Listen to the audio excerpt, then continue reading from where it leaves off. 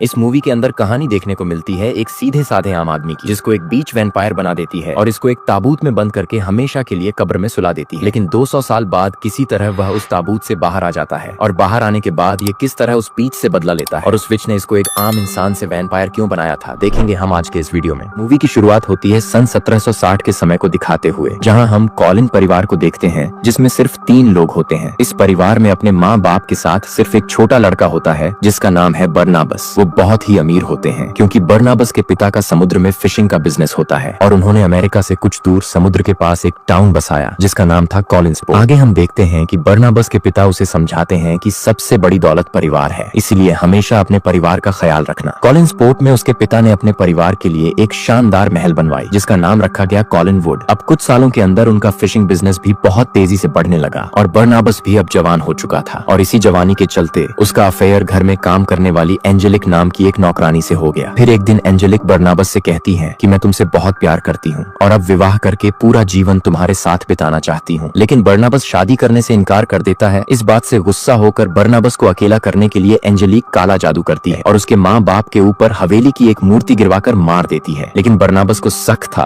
कि उसके माँ बाप की मौत कोई हादसा नहीं बल्कि काला जादू था, इसलिए वह खुद काला जादू की किताबें पढ़ने लगता है और इसी तरह कुछ दिन और बीत जाते हैं और इसी दौरान बरनाबस को अपना सच्चा प्यार मिल जाता है जिसका नाम है जोसेट। लेकिन बरनाबस और जोसेट का प्यार देखकर एंजेलिक को यह बात बर्दाश्त नहीं हुई, इसलिए उसने फिर एक बार काला जादू का सहारा लिया और जोसेट को अपने वश में कर लिया। इसके बाद हम जोसेट को देखते हैं जो एंजेलिक के वश में आकर एक ऊंची चट्टान पर चली जाती है और बरनाबस के पहुंचने से पहले ही वहां से कूदकर अपनी जान दे देती है। अपने प्यार को इस तरह अपने सामने मरता देख बरनाबस भी उसी चट्टान से नीचे कूद जाता है। लेकिन इतनी ऊंचाई से नीचे गिरने के बाद भी बरनाबस बच गया क्योंकि एंजेलिक ने उसे श्राप देकर एक वैम्पायर में तब्दील कर दिया था ताकि वह हमेशा अपने दुख के साथ जिंदा रहे। अब एंजेलिक को यकीन हो चुका था कि बरनाबस अब उसका कभी नहीं बनेगा, इसलिए वह गांव वालों को भड़काकर बरनाबस के घर जाती है जहां गांव वाले बरनाबस को वैम्पायर समझकर एक ताबूत में कैद करके उसे जमीन में दफना देते हैं और इसी तरह 200 साल बीत जाते हैं। इसके बाद हम 1992 का समय देखते हैं जहां विक्टोरिया नाम की एक लड़की ट्रेन से कॉलिन्सपोर्ट आ रही थी। फिर एक गाड़ी से लिफ्ट लेकर वो कॉलिनवुड हवेली पहुंच जाती है। वहां पहुंचने के बाद बिल्ली नाम का एक नौकर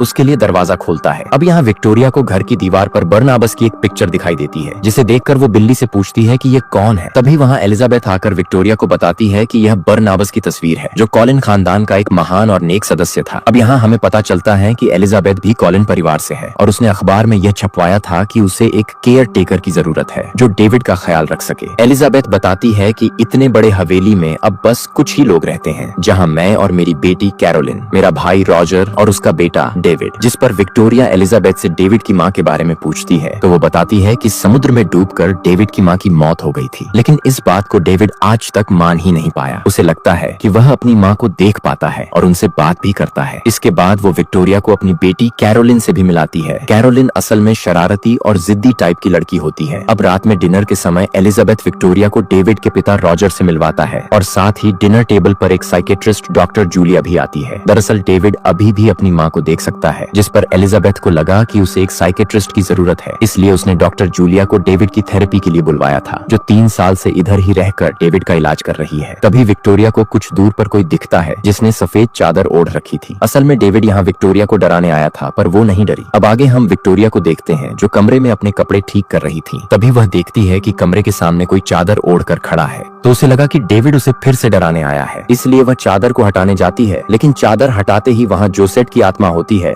जो विक्टोरिया को बताती है कि वह आ रहा है। यह कहकर कुछ दूर आगे जाने के बाद वो गायब हो जाती है। अब दूसरी तरफ हम कुछ वर्कर्स को देखते हैं जो जेसीबी से खुदाई कर रहे थे। इतने में उन्हें जमीन के नीचे कुछ सख्त चीज महसूस होती है और मिट्टी हटाने के बाद उन्हें एक ताबूत मिलता है। असल में बरनाबस ताबूत में कैद किया गया था। यह देखकर जब उनका सुपरवाइजर ताबूत में लगी चेन को काट देता है तभी बरनाबस अपनी कैद से आजाद होकर सभी पर हमला कर देता है और एक एक करके उन्हें जान से मार देता है। इसके बाद वह अपने घर यानी कॉलिनवुड पहुंचता है जहां गार्डन में वह बिल्ली से मिलता है और फिर उसे हिप्नोटाइज करके अपने वश में कर लेता है और उससे पूछता है क्या इस घर में अभी भी कॉलिन खानदान के लोग रहते हैं।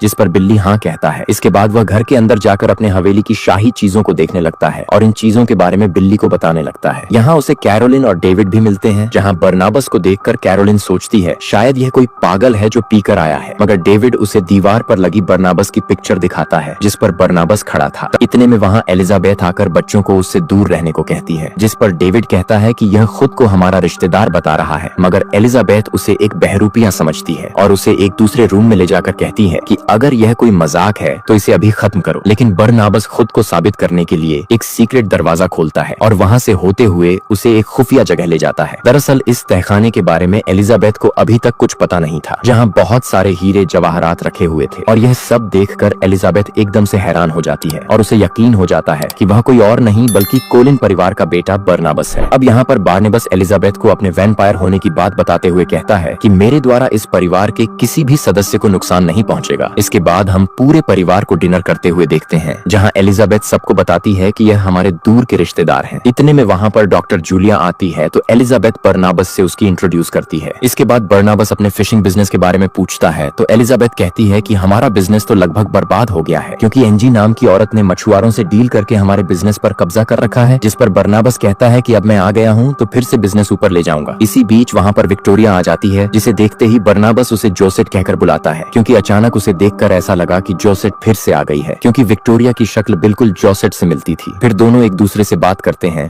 और विक्टोरिया अपने बारे में बताती है। इसके बाद हम एंजी को देखते हैं, जो असल में वही एंजेलिक है जिसने बरनाबस की जिंदगी बर्बाद कर दी थी। फिर काला जादू करके खुद एक चुड़ैल बन गई, जिसके बाद अपना नाम बदल के 200 सालों से अभी तक जिंदा थी। इसके बाद वह ऑफिस पहुंचती है, जहां उसे पता चलता है कि पिछली रात खुदाई के दौरान उसके वर्कर्स को लगभग 200 साल पुराना एक ताबूत मिला, जिसके बाद किसी ने उन सभी वर्कर्स को बहुत ही बेरहमी से मौत के घाट उतार दिया। इसे सुनते ही एंजेलिक हैरान हो जाती है और उस जगह पहुंचने के बाद उसे पूरा यकीन हो जाता है कि बरनाबस आजाद हो गया है, जहां वह एलिजाबेथ से बात करने लगती है। इतने में बरनाबस आकर जब उसे हाथ मिलाता है तो उसे एहसास हो जाता है कि यही एंजेलिक है। जिसके बाद बरनाबस उसे एक दूसरे रूम में ले जाकर फिशिंग बिजनेस के बारे में बात करता है, तो वह कहती है अब यह बिजनेस मेरा है और तुम जान गए होगे कि मैं कौन हूँ। जिस पर बरनाबस कहता है कि हाँ मैं जानता हूँ, तुम वही चुड़ैल हो जिसने मेरा सब कुछ तबाह कर दिया था। मैं तुम्हें काला जादू के जुर्म में अंदर करवा दूंगा। वो कहती है तुम ऐसा कुछ भी नहीं कर सकते, तुम पर कोई भी यकीन नहीं करेगा, क्योंकि मैं 200 सालों से अलग अलग रूप लेकर इस समाज में बहुत इज्जत से जी रही हूँ और कॉलिन स्पोर्ट अब मेरा है। अब उसके जाने के बाद बारनेबस को एंजेलिक के बारे में सब कुछ बता देता है कि यह वही डायन है जिसने मेरे माता पिता और मेरा प्यार सब कुछ छीन लिया और मैं कुछ भी नहीं कर पाया। जिस पर एलिजाबेथ उसे मोटिवेट करती है कि तुम वापस से अपना बिजनेस खड़ा कर सकते हो और अपने परिवार को फिर से एक ऊंचे मुकाम पर ले जा सकते हो। इसके बाद बरनाबस सबसे पहले अपने हवेली की रिनोवेट करवाता है और दीवारों पर खूबसूरत पेंटिंग्स बनवाकर अपने हवेली को फिर से शानदार बनवा देता है। फिर अपने बिजनेस को बढ़ाने के लिए बिली को साथ लेकर कुछ बड़े बड़े मछुआरों से मिलता है और उन्हें हिप्नोटाइज करके एंजेलिक के काम छोड़कर कोलिन परिवार के लिए तैयार करवा लेता है और इस तरह उसका फिशिंग बिजनेस फिर से चल पड़ता है। फिर एक दिन डॉक्टर जूलिया बरनाबस को देखती हैं कि वह कैरोलिन के घर में झांक रहा है और वहां रखे एक लैंप को देखकर समझने की कोशिश कर रहा है कि क्या चीज है। इससे जूलिया को शक हो जाता है और वो बरनाबस के बारे में जानने के इरादे से उससे बात करती है और कहती है कि मैं एक साइकेट्रिस्ट हूँ जो दिमाग का इलाज करते हैं, और फिर हिप्नोटाइज करके उसके बारे में सब कुछ पता कर लेती है और यह भी जान जाती है कि वो एक वैम्पायर है, जिस बारे में वो एलिजाबेथ से बात करती है कि मैंने बारनेबस के बारे में सब कुछ पता कर लिया है और वो एक वैम्पायर है। यह जानने के बाद भी तुमने उसे क्यों यहाँ रहने दिया। जिस पर एलिजाबेथ उसे यह बात राज रखने के लिए कहती है और उसके रहने से घर में किसी को भी खतरा नहीं होगा, क्योंकि वो भी हमारी फैमिली यानी कॉलिन्स फैमिली का एक मेंबर है। इसके बाद बारनाबस और विक्टोरिया की दोस्ती हो जाती है और वो एक दूसरे के साथ काफी टाइम बिताने लगे थे। एंजेलिस बरनाबस से मिलने के लिए एक मीटिंग रख लेती है और तब बरनाबस उससे मिलने के लिए उसके ऑफिस जाता है। एंजेलिस उससे कहती है कि तुम अपनी कंपनी मुझे सेल कर दो, लेकिन बरनाबस इसके लिए साफ मना कर देता है और वो एंजल को कहता है कि सब कुछ डिस्ट्रॉय करने के पीछे तुम्हारा ही तो हाथ है। फिर वो साइकाइट्रिक एक बहाने से बरनाबस का ब्लड निकाल लेती है। फिर विक्टोरिया को उसके ड्रीम में उसके बचपन का सीन नजर आता है कि जब वो छोटी थी तो उसे घोस्ट दिखाई दिया करते थे और इस बात से तंग आकर विक्टोरिया के पेरेंट्स ने उसे मेंटल हॉस्पिटल में भेज दिया। असल में विक्टोरिया को सिर्फ एक लड़की का ही घोस्ट नजर आता था और उस लड़की का घोस्ट विक्टोरिया को बार बार एक ही चीज दिखाता था कि जैसे वो सुसाइड कर रही है। फिर कंपनी की ओपनिंग पर बरनाबस और एलिजाबेथ सेलिब्रेशन करने के लिए एक पार्टी रखते हैं, जहां विक्टोरिया और बरनाबस एक दूसरे से मिलते हैं और विक्टोरिया बरनाबस को अपने बचपन की बात बताती है कि जब मैं छोटी थी तो मेरे पेरेंट्स ने मुझे मेंटल हॉस्पिटल में भेज दिया,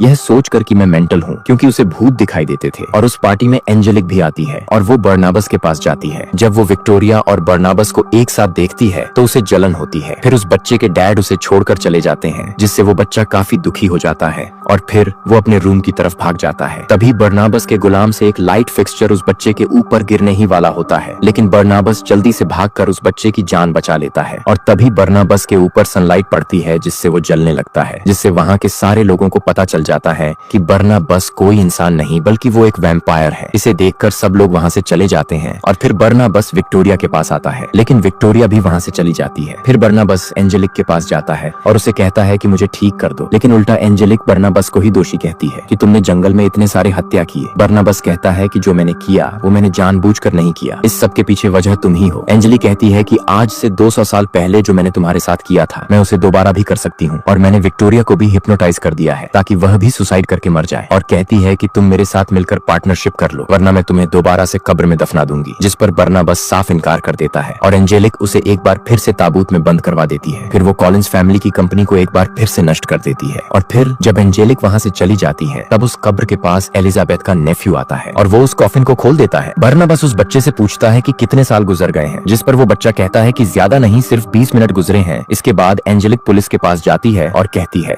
कि कॉलिंस फैमिली ने एक वैम्पायर किलर को अपने पास रखा था, इसीलिए वो पुलिस को लेकर कॉलिनवुड जाती है ताकि वो उस पूरी फैमिली को अरेस्ट करवा सके। लेकिन तभी वहाँ पर बरनाबस आ जाता है और एक्सेप्ट करता है कि हाँ, सच में मैं एक वैम्पायर हूँ, एक किलर हूँ, और मैंने जितने भी गुनाह किए हैं, जितने भी बुरे काम किए हैं, मैं उन सबको मानता हूँ, एक्सेप्ट करता हूँ। और साथ में वो ये भी कहता है कि ये सारा किया धरा एंजेली का ही है, और सब लोगों को एंजेली की रियलिटी बताने के लिए वो उसका खून पी लेता है। लेकिन इससे एंजेली को कुछ भी नहीं होता, क्योंकि वो कोई इंसान नहीं थी बल्कि वो एक जादूगरनी थी। फिर यहाँ बरनाबस और एंजेली के बीच लड़ाई होती है और तभी इसी बीच एलिजाबेथ की बेटी आ जाती है जो कि एक वेयर वुल्फ बन गई थी। एलिजाबेथ अपनी बेटी का ये रूप देखकर काफी हैरान हो जाती है। फिर एंजेलिक और एलिजाबेथ की बेटी के बीच लड़ाई होती है, लेकिन एंजेलिस उस पर ब्लैक मैजिक करके उसे अपने सामने ज्यादा देर के लिए टिकने नहीं देती। एलिजाबेथ गुस्से में एंजेलिस से पूछती है कि बताओ तुमने मेरी बेटी के साथ क्या किया है, जिस पर एंजेलिक बताती है कि जब तुम्हारी बेटी छोटी थी तो मैंने उसे एक वेयर वुल्फ से कटवा दिया था और मैंने ही तुम्हारी सिस्टर यानी उस बच्चे की मदर को समंदर में डुबाकर मारा था। और वो बरनाबस को कहती है कि तुम्हारे पेरेंट्स को भी मैंने ही मारा था। लेकिन तभी वहाँ पर एलिजाबेथ का वो नेफ्यू यानी वो छोटा बच्चा आ जाता है और वो एंजेलिक को धमकी देता है और एंजेलिस उसे कहती है कि सबसे पहले तो मैं तुम्हें ही मारूंगी। एंजेलिक उस बच्चे को मारने के लिए उसकी तरफ अब भी बढ़ ही रही थी कि तभी वहाँ पर उस बच्चे की मदर की सोल आ जाती है और वो एंजेलिस पर जोर से चिल्लाती है, जिससे एंजेलिक जाकर झूमर से टकराती है और वो झूमर नीचे गिर जाता है और अब एंजेलिक भी काफी ज्यादा चोटिल हो गई थी। तब बरनाबस सबको कहता है कि जल्दी से घर से बाहर चले जाएं। देखते ही देखते पूरे घर में आग लग जाती है। तब एलिजाबेथ सबको लेकर घर से बाहर आ जाती है। बरनाबस के गुलाम को भी होश आता है और वो भी बाहर चला जाता है। इसके बाद बरनाबस एंजेलिक के पास जाता है और उसे कहता है कि तुमने तो मुझसे कभी प्यार किया ही नहीं और ये सब कुछ तो तुम्हारा ब्लैक मैजिक था, क्योंकि तुम मेरे ऊपर अपना कंट्रोल करना चाहती थी। तब एंजेलिक उससे कहती है कि नहीं, तुम गलत कह रहे हो, मैं तुमसे प्यार करती हूँ। और तब वो बरनाबस को अपना दिल निकाल कर दे देती है और बरनाबस की आंखों के सामने ही एंजेलिक की डेथ हो जाती है। इसके बाद बरनाबस घर के बाहर विक्टोरिया को ढूंढने जाता है,